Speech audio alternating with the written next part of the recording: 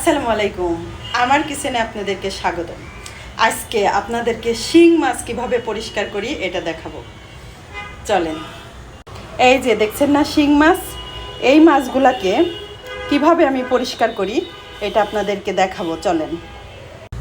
এই যে দেখেন মাজনি আছে না, এই মাজনিটা নিলাম, শিং মাছগুলোকে সব এখানে ফেলে দিলাম। এই যে এইভাবে ধরে এভাবে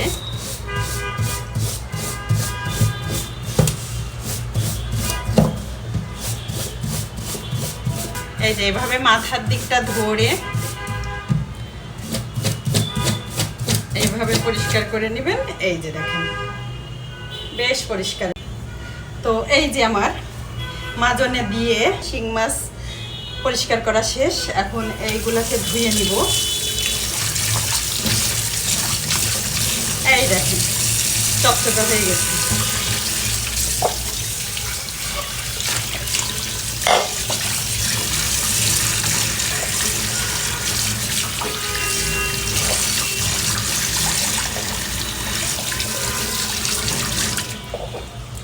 এই যে পরিষ্কার হয়ে গিয়েছে। এখন এই যে আশেপাশে যে কালো অংশগুলো আছে না, এগুলো তো এমনিতেই কেটে ফেলতে হয়। এগুলা কেটে ফেলে পরিষ্কার করলেই হয়ে যায়। আমি এটা সম্পূর্ণ কেটে দেখাচ্ছি।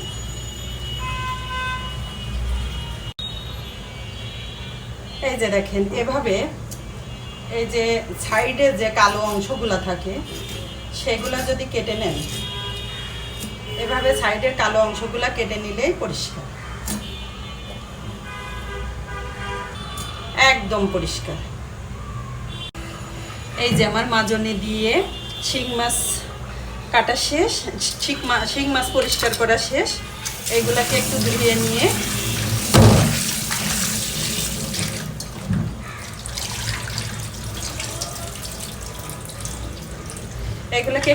নিয়ে এর মধ্যে লবণ আর হলুদের গুঁড়া, লবণ হলুদ দিয়ে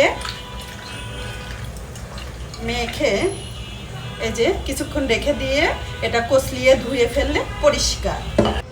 এই যে দেখেন হলুদ লবণ দিয়ে মাখানোর পরে এটাকে এভাবে কচলিয়ে ধুয়ে ফেলতে হবে।